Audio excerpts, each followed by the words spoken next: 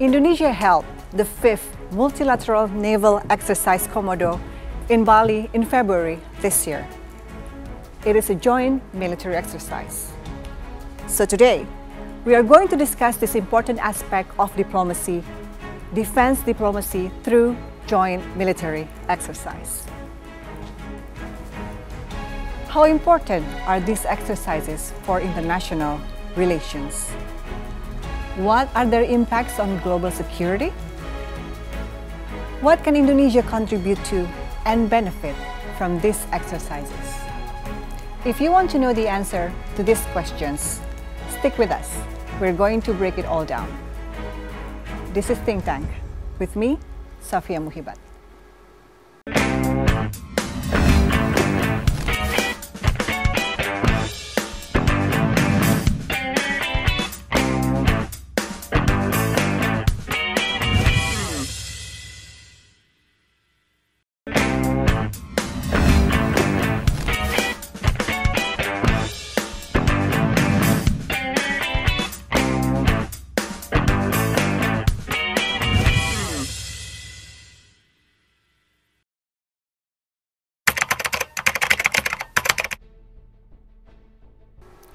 Defense diplomacy is a critical aspect of international relations that focuses on fostering military and strategic relationships between nations to promote peace, security, and cooperation.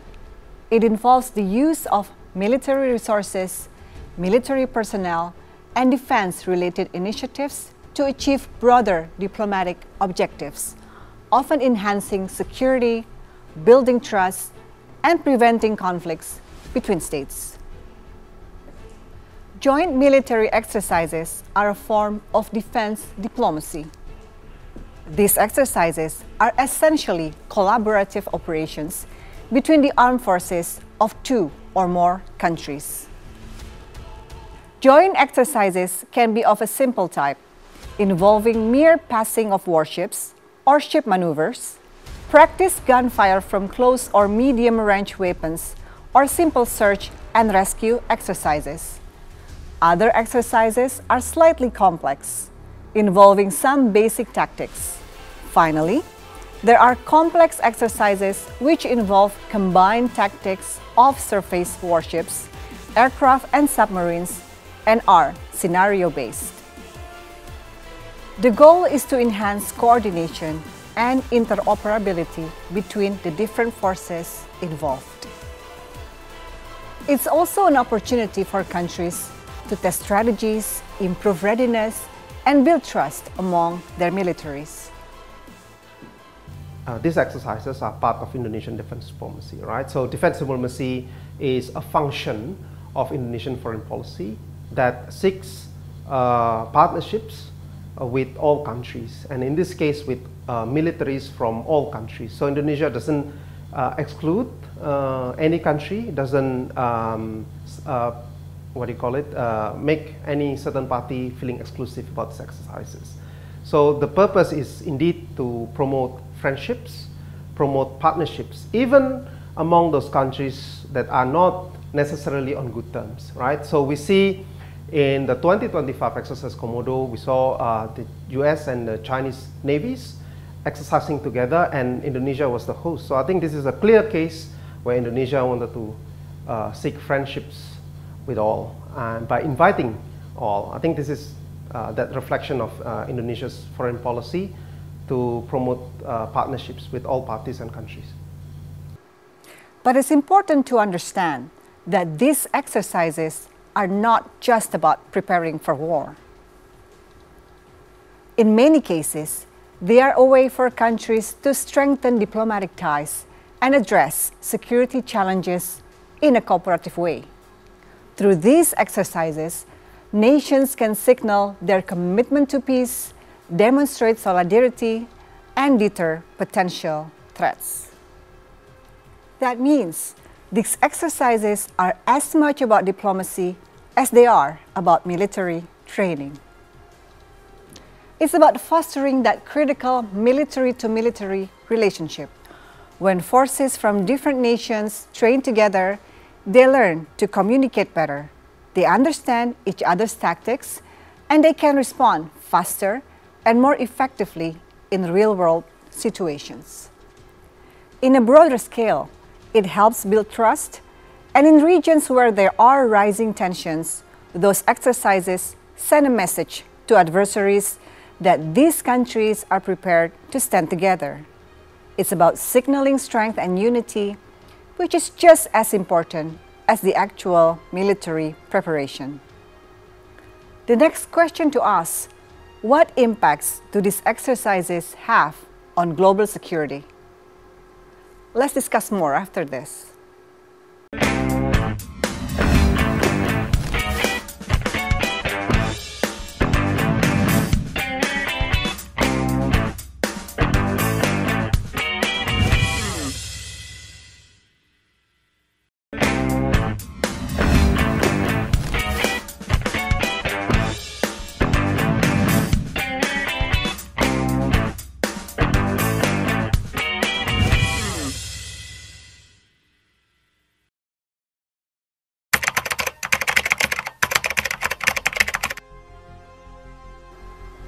From an international relations perspective, joint exercises are essentially a tool for diplomacy and security.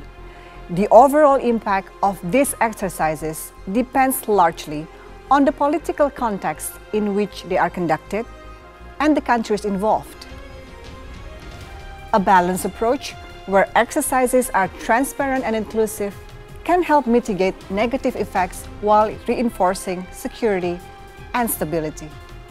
I want to make them more closer friendship because they close each other, so they are not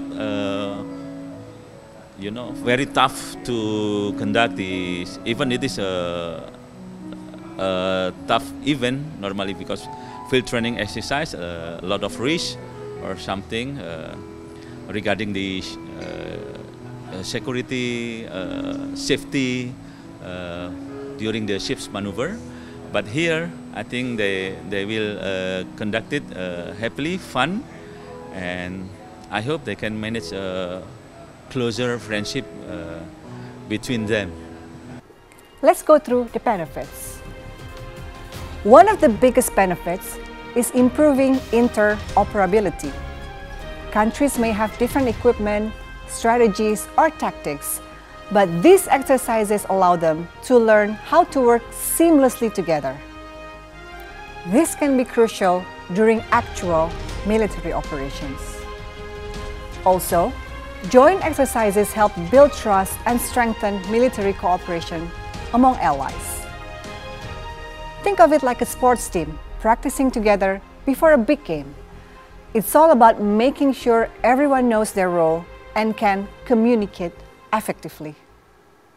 Well, certainly when countries doing joint exercise, they want to signal something, right? So countries engage in exercise, they want to signal that they have capacity to build relationship, they have capacity to deploy their forces to some extent, and they have good intention. In other cases, however, when you do joint exercises in the disputed areas, that will definitely signal something else, because not only you want to show the world that you are capable, but you want to show your adversaries as well. I think this is something that we need to manage here. That joint exercises could have good impact, but at the same time could also have negative repercussions to the stability of the region. It is part of defense diplomacy, and therefore the objective is first is to enhance interoperability between allies, and as well as a form of strategic engagement with your former adversaries. So by doing exercise together, military interact, and therefore they talk with each other, they get to know the things that other sides have, and they might also have or they don't have, and the way our friends do things which could be different or similar to us. And in the context of the Komodo exercise, which is organized by Indonesia and engaging around 38 countries from around the world, the impact is, of course, could be tremendous. Yeah. First, the theme of the exercise itself revolves around maintaining peace and security, especially in the maritime sectors. And of course, this exercise is not meant for a power projection, but for confidence building measures among countries. Yeah. Cooperation is definitely one of the key benefits, but they also act as a deterrent. When major powers conduct large-scale exercises, it sends a message that they are ready to defend their interests, which can prevent aggression. Another important aspect is that these exercises can help nations prepare for non-traditional threats such as cyber warfare or terrorism. They provide a platform for countries to practice responses to modern, evolving security challenges. But of course, there's another side to the coin. While these exercises have clear benefits, they're not without controversy. The most immediate concern is how these exercises are perceived by other countries. If you're conducting military exercises near a volatile border or in a region with existing tensions, it can be seen as a provocative act. For instance, military drills near Taiwan by China or the US can raise alarms. Even if the intention is just to improve readiness, the act of preparing for war can sometimes escalate a situation into something much bigger. Of course, joint exercise might signal different things for the one that conduct the joint exercise and for the one at the receiving ends, or the one that witnessed the joint exercise. In that context, when a country is engaged in a dispute or conflict, one country is doing joint exercise with a bigger and outside actors might be seen as a signal, yeah, for the ability to bring in allies, as in the case of Philippines, and this may seen negatively by the Chinese. But in the context of Komodo exercise, that the one that Indonesia organized, is not for something like that. It's more of signaling that we are managing the stability and security of the region. And the risk for the organizers is actually more of the issues of first how to manage different interests. Yeah, different countries could have different, of course, objective from joint exercises. The second is in the context of managing those, possibly clashing interests. Then you have to be, in the central point. For example, like we bring in U.S. and Russia, but they are not in good terms at the moment. Yeah, and in the past we have cases where U.S. actually doesn't want their military technology to be placed near to Russia's for the fear of espionage. And the other thing, the risk for us is actually we have limited military inventories. So by committing them for joint exercises with other countries, we are actually risk at losing readiness of our capability that might be needed for other kind of agencies. Therefore, transparency is key.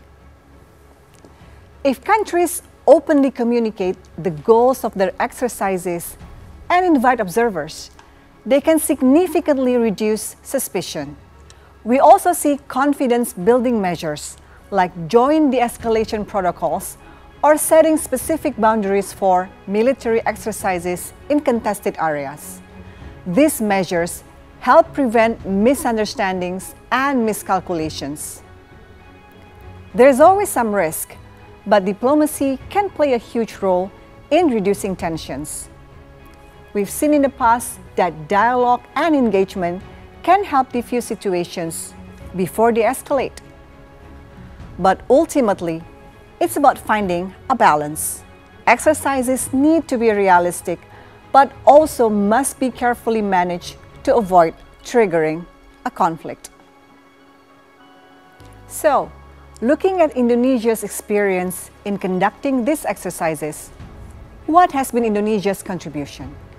And what benefits can a country get from participating in these exercises? Let's try to answer these questions after this.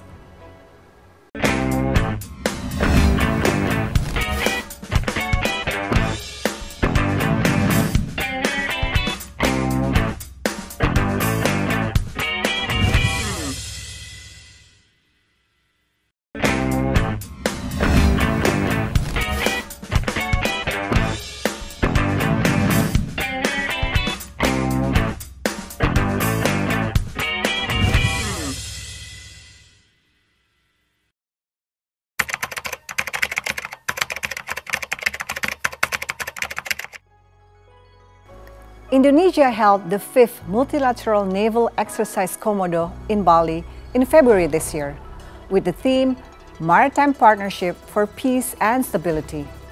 The choice of the theme was intended to encourage multinational naval forces coordination to strengthen humanitarian assistance and disaster relief, establish civil-military linkage, and enhance a mutual understanding and interoperability toward affected regions. The exercise divided into 2 phases, the harbor phases and the sea phase.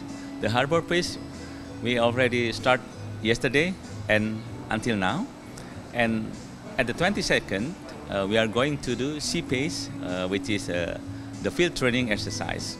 The agenda will be starting from they are leaving the anchorage area, starting early in the morning, 4:30, and then they will make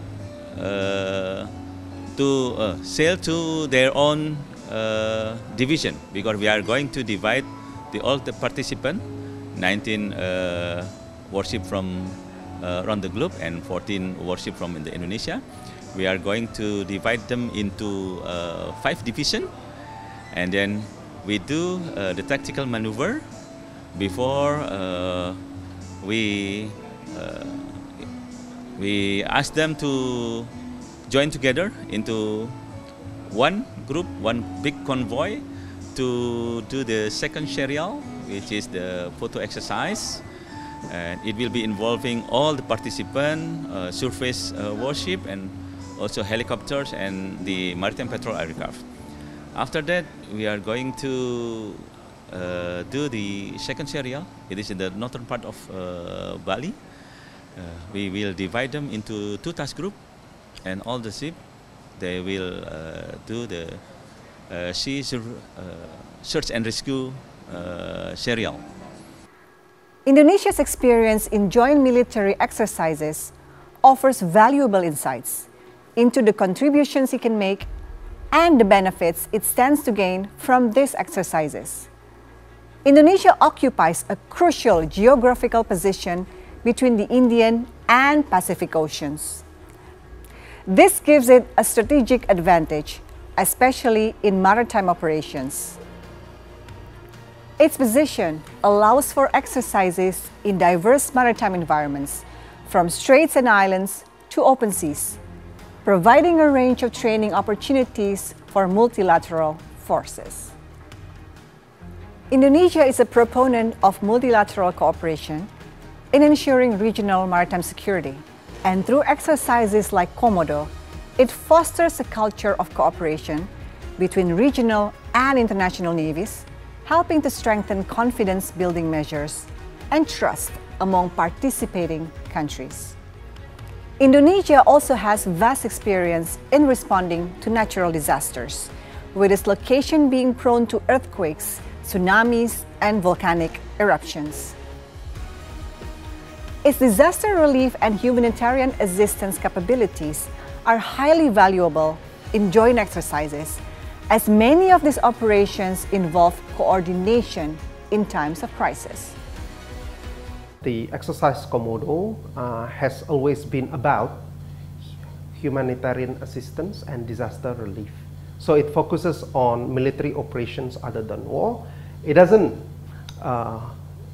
conduct combat activities or run combat scenarios. So we are talking about tasks and missions that are non-combat in nature, right? So you respond to a disaster, you respond to a humanitarian crisis at sea. And I think this is peculiar to Indonesia because of the 2004 Indian Ocean tsunami, where major navies, many navies also helped Indonesia to mitigate, right, to recover from that tsunami. So I think this example has been taken on board and been distilled into this kind of scenario. What benefits can Indonesia gain from joint military exercises? By participating in multilateral exercises, Indonesia's Navy gained first-hand experience in coordinating with other nations' forces. This improves their interoperability, the ability to work seamlessly with foreign militaries in joint operations. The benefits can be manifold. I think number one is Indonesia can build confidence. It opens avenues for dialogues with partners Indonesia really engages with. But I think at the broader level, it also shows Indonesia's, it also reflects Indonesia's interests and priorities, right? You cannot avoid saying that Indonesia's interests and priorities for each and every country may be different, right? So you have priority with one country of another. For instance, like ASEAN countries. Of course, ASEAN countries are always Indonesia's main priority. So I think it is obvious, right, and it is, I think, understandable that many of Indonesia's military engagements, defense diplomacy activities, right, including joint military exercises, are conducted with ASEAN countries, either in a bilateral format or in a multilateral format, right? And not just exercises, by the way, like patrols. We also do limited patrols with some of our neighbors, right? Like in the Malacca Strait, in the Sulawesi Sea. So I think these kind of mechanisms and arrangements can be improved and can be expanded, provided that Indonesia can clearly communicate the intent behind this exercise. For ASEAN, of course, it is to reinforce the sense of ASEAN regional solidarity. Right? Indonesia could benefit from the exercises at least in two ways. The first is that Indonesia managed to establish a good relationship with all countries participating. They are active participants and they are also observers. So both will get to know Indonesia better. Yeah. The second is for capacity building, in which Indonesia could learn about other countries' technology, the way they operate things, the doctrines, their strategy, etc., etc. So Indonesia could learn, could use it as a benchmark, yeah, and Indonesia could have a good mapping on what countries have what capabilities that Indonesia might need in terms of urgency in the future. Multilateral naval exercises like Komodo also help Indonesia strengthen ties with neighboring countries and global powers. They help deepen diplomatic and defense relations, fostering collaboration on various issues such as counterterrorism, counter-piracy, and freedom of navigation. Joint exercises also offer countries the chance to learn from other countries with advanced military technologies and operational experience.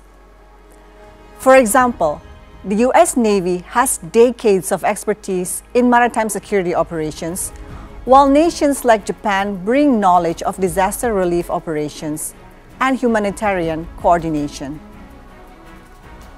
Indonesian forces can take these insights and apply them to improve their own military doctrine, operations, and crisis management strategies.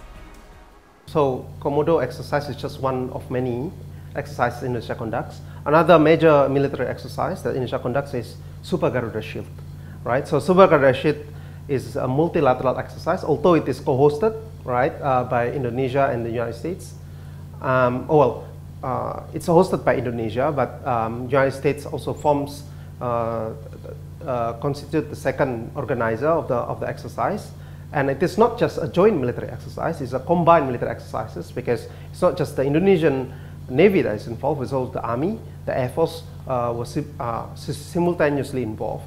And I think the purpose of these exercises are communication, right? So unlike Komodo, Super Garuda Shield exercises do focus on combat scenarios, and perhaps some countries may raise reservations, may raise concerns about these exercises.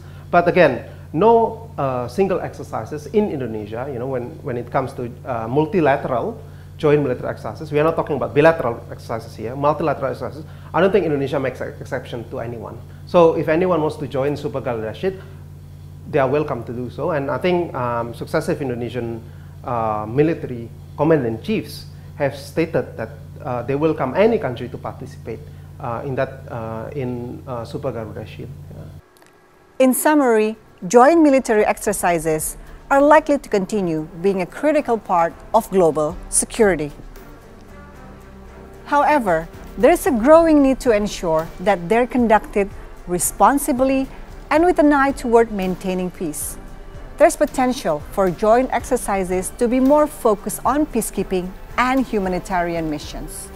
With the rise of non-traditional threats like climate change, pandemics, and cyber attacks, there's an opportunity to shift the focus of these drills to collaboration rather than conflict. If military exercises evolve to tackle shared global challenges, they could become a force for stability rather than tension. As long as countries work to build trust and transparency, these exercises can continue to serve as valuable tools for preparedness without contributing to unnecessary tensions.